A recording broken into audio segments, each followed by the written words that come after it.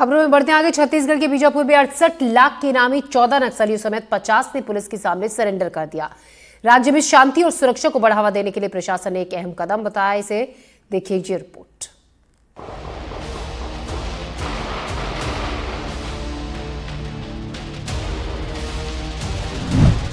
नक्सली संगठन को बड़ा झटका, एक साथ 50 नक्सलियों का सरेंडर, 14 पर था 68 लाख का इनाम।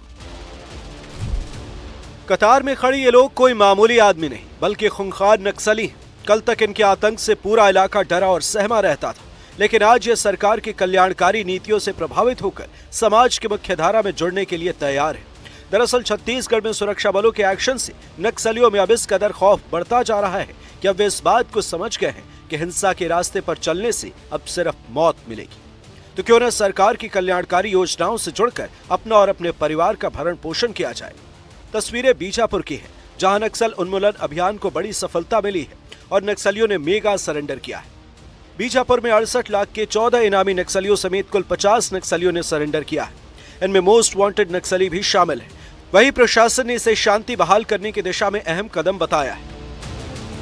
50 माओवादी आत्मसमर्पण कर रहे हैं, जिसमें मुख्यतः पीएलजे बटालियन नंबर 1 से 1 सदस्य, कंपनी नंबर 2 से 4 सदस्य, इसी प्रकार कंपनी नंबर 7 का 1 सदस्य है और पुतुल एरिया कमेटी, इसके अलावा नेशनल पार्क का जो प्लाटून नंबर 2 है उसके 1 और 2 सदस्य शामिल हैं।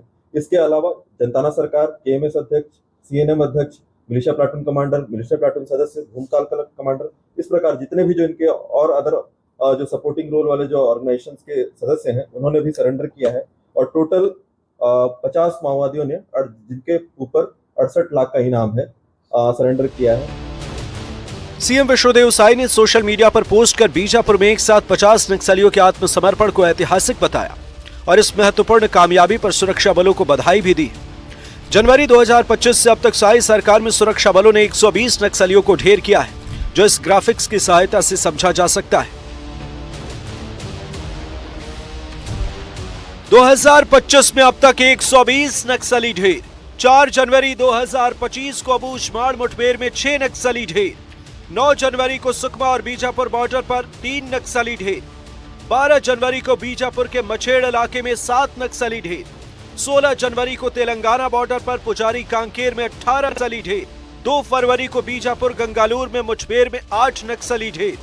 9 फरवरी को बीजापुर के गंगालूर के एंट्री में 26 नक्सली ढेर। 20 मार्च को नारायण कांकेर बॉर्डर पर मुठभेड़ में 4 नक्सली ढेर। 25 मार्च को बीजापुर दंतेवाड़ा के सरहदी जंगल में 4 नक्सली ढेर। 29 मार्च को सुकमा बीजापुर बॉर्डर पर 17 नक्सली ढेर। नक्सलवाद के कुचक्र में फंसे लोग अब बंदूक छोड़कर समाज की मुख्य धारा से जुड़ रहे हैं। पिछले साल 2024 में कुल 792 नक्सलियों ने सरेंडर किया था और अब बात बीजापुर की करें तो कभी नक्सलवाद से ग्रसित ये क्षेत्र इतना परेशान था कि यहाँ कोई भी मदद पहुंचाने या प्रशासनिक कार्य करने में आए दिन बाधाओं का सामना करना पड़ता था। लेकिन केंद्र के सख्त आदेशों के चलते लगातार ऑपरेशन कर सुरक्षा एजेंसियों ने नक्सलियों की जड़ को हिलाकर रख दिया है। पिछले दिनों सुकमा में हुए बड़े एनकाउंटर के बाद नक्सली घबराए हुए हैं।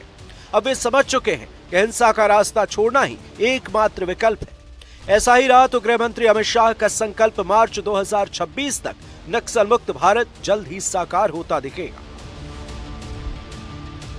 बीजापुर से एनडीटीवी के लिए सलीम शेख की रिपोर्ट।